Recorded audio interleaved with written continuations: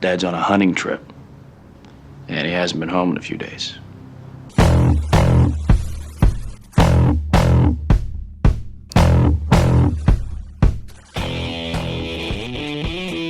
About a month ago, this guy had found his car, but he'd vanished. There's another one in April, another one in December 04, 03, 98, 92, 10 of them over the past 20 years.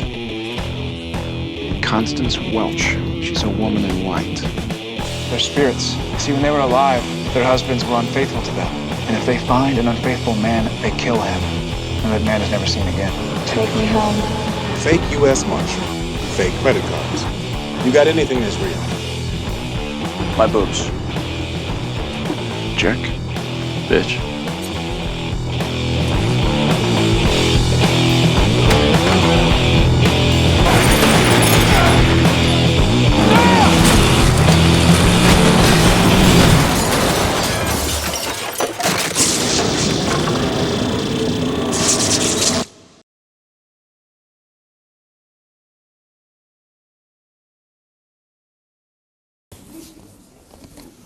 Okay, I'll start with a few questions before we open it to you guys. Eric, the first one would be for you. I'm just kind of curious how this the idea for this series, the genesis of it, and how it evolved from concept to what we see on the screen. For a really long time, I wanted to do a show about American folklore and urban legends, sort of kind of a subject that, even back to elementary school, I've been, kind of obsessed with. As a matter of fact, my very first TV pitch when I first started in town, when I was 23, 24, was an urban legend show. And I kept trying different versions of it and kept getting smacked down. I tried to do it as an anthology, and then I had this idea of like a bunch of reporters in a van, like Scooby-Doo style. All these sort of terrible ideas, and then I was working with Warner Brothers and had just come off of Tarzan, and and they said, what show would you want to do? And I said, well, an urban legend show. And they said, well, what's the concept? And I had this really long, elaborate storyline that I'd spent weeks and weeks on about a reporter, and it was almost exactly Night Stalker, which is hilarious. And they kind of looked at me and they were like, nah. They're like, any other, what else? And I said, well, because I literally scribbled it in my notebook the day before, which was, I said, well, it could be like Route 66, like two guys on a road trip. And they're like, we love that, do that. And so it just kind of came out of nowhere and just sort of developed from there. And it turned out to be just the right, the right way into this show, because they can just drive it. The boys can just drive in and out of a different horror movie every week. So, did you at that point know, in terms of characters, who those two guys were? I mean, how did this whole family element, which is so important to the show? I mean, even Jared says to the girl in this episode, "I've got to go back because it's my family." How did that whole family aspect? Just you write what you know, and I'm from a very close-knit family, and I have a big brother, and I have a lot of really great friends, and just sort of the way guys talk and the way they communicate without ever really communicating anything, and so it just kind of grew out of that, and. So I knew I wanted to do, in terms of the characters, I knew I wanted, the little brother to, be conflicted and have a lot of the angst and problems, which I threw right to Jared. And I wanted a big brother just be a total smartass. I mean, that's how I started, and so it's with a show like this, that's with the genre and it's sort of out there, it really needs like a grounding influence, and to ground the show into family and elements of family, and that the care that these brothers have for each other really helps us, because these two guys. Big hug.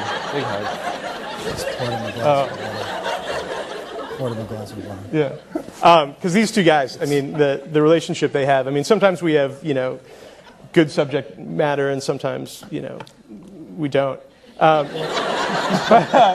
but the relationship of the brothers, these two actors always sees us through. So, were you familiar?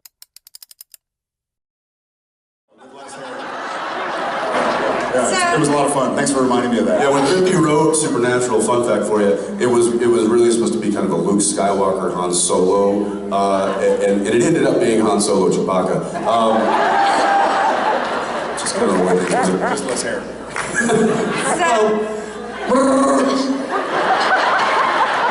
I'm terribly sorry.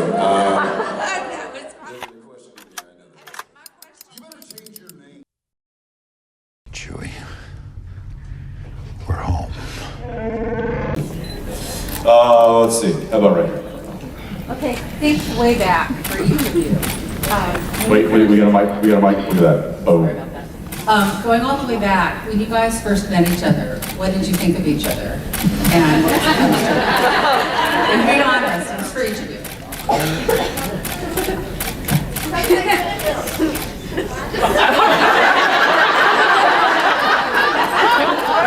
I think I thought, is this what this guy's wearing to a network audition? I think you had a hoodie on. You had like long hair, and I'm like, what high school band camp did they just get this kid from? I think my first thought was, how do legs bend like that?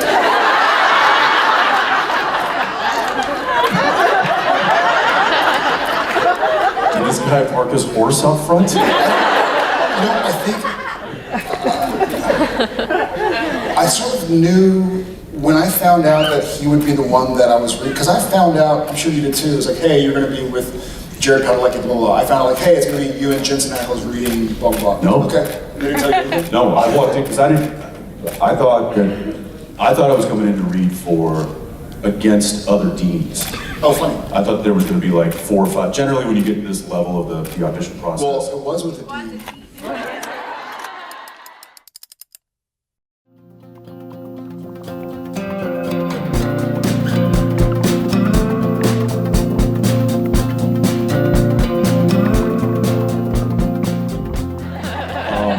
Luckily, I was able to save that name. But I thought that I was going to come in there, there was going to be 4 other guys all competing for the same role. And I walked in and he was, it was just this kid with floppy hair and a hoodie sitting on the couch. And I was like, hey man. And we introduced ourselves and I was like, are you reading for Dean? He's like, no, I'm reading for Sam. I was like, is there anybody else here? He's like, no, it's just you and me. Well, that's kind of weird, isn't it? And you were like, yeah, I don't know. And then I think we very quickly were like, where are you from? Texas? Oh, no way, I'm from Dallas, I'm from San Antonio. And so it was a very quick. Where's your football team, Cowboys? So it was a very quick, and it was, I mean.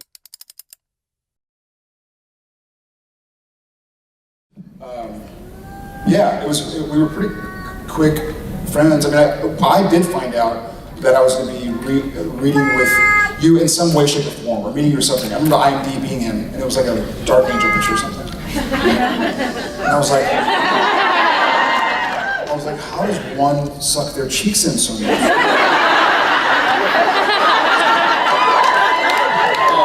I remembered I knew all the stuff he had worked on, you know what I mean? I didn't know him as an actor. Like, I'm sure he had never watched Gilmore Girls. I hadn't watched Dark Angel, you know what I mean?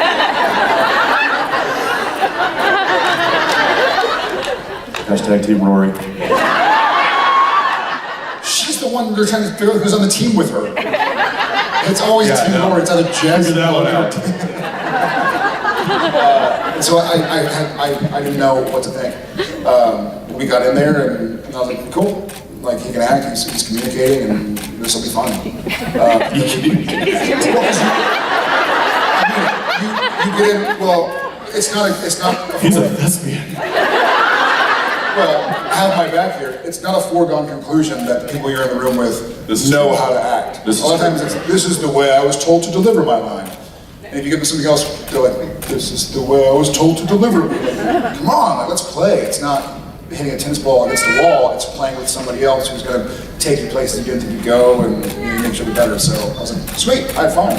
As nerve-wracking as it is, it's a room like 30 people, that make all the decisions for the network and the studio, that are about to decide, what the next month of your life is going to be like, if you get to shoot a pilot, and in this case, the next 13 years of your life, hopefully, and going on.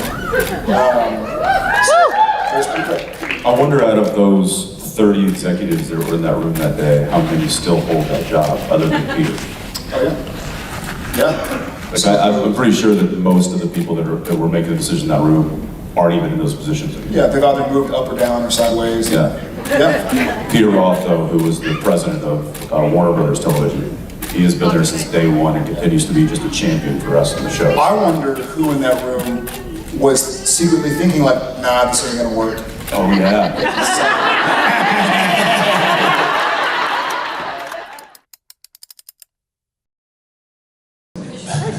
All right, let's go over here. Yes. Yep. Hi. Hi. In the early seasons, you never knew when you were going to get picked up and stuff. So, like, what season were you fairly confident that you were going to get a new season? Good question. What, 4? I think 4. Not for me. I felt like 4 because I feel like 5. Kripke had 5 seasons of story. Yeah. And he was like, give me one more season. Yeah. And that'll round. But then after that, I guess we were back on the bubble. I think, like you said, Kripke talked about having a 5-season arc and a 5-season plan.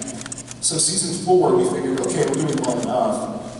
We lasted through the writer's strike season 3. Although at that point, our network president wasn't super happy with us or super behind us. She just didn't, it wasn't her show, she didn't understand it, she was focused on creating other content. She would walk up and go, hi, it's good to meet you, good to see you again. Somebody would whisper in their ear, Jared. Hi, Dawn, you're the head of the network. You don't know the longest running show on your, okay.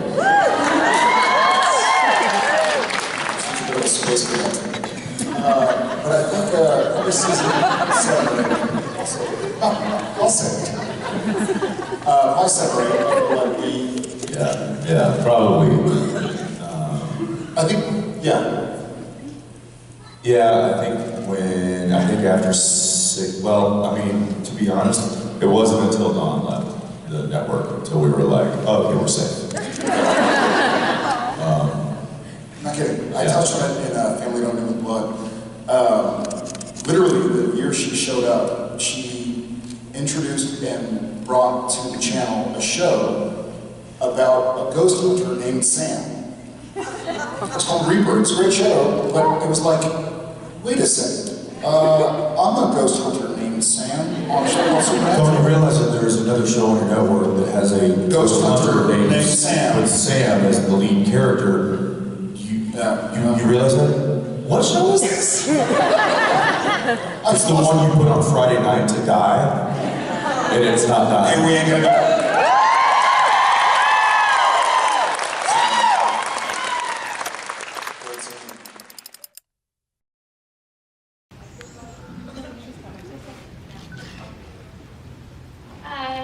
Hi. The show came out when I was 4. My dad used to scare me to sleep with Supernatural, but now... Your dad would scare you to sleep with Supernatural? But now... That's kind of dad I want to be. Life goals. Hashtag life dad goals. But now no one can mention it, or I will rush into the room and make them watch it. But that wasn't my question. My question is, could you guys do an impression of season 1 Sam and Dean? There we go.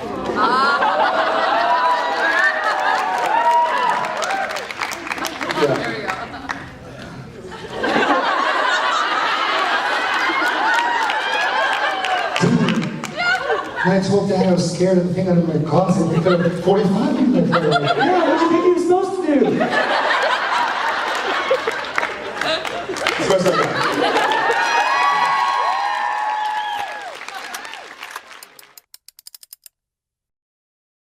When I told Dad I was scared of the thing in my closet, he gave me a 45. What was he supposed to do? I was 9 years old.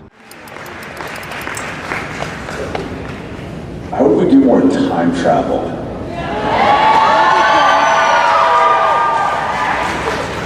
I do too. There you go. That's all I got. To where? To when? I was thinking like maybe like the 90s. That would be fun.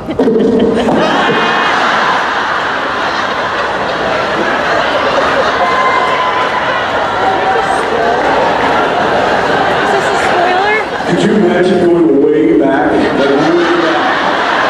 back to like 92? When were you born? 2004?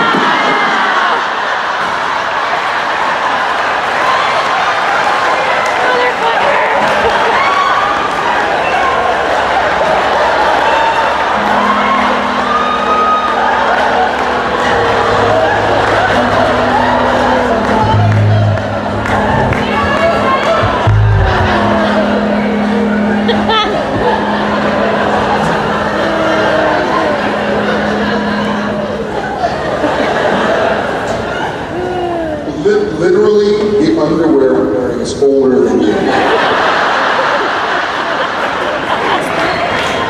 It's the newest pair I have.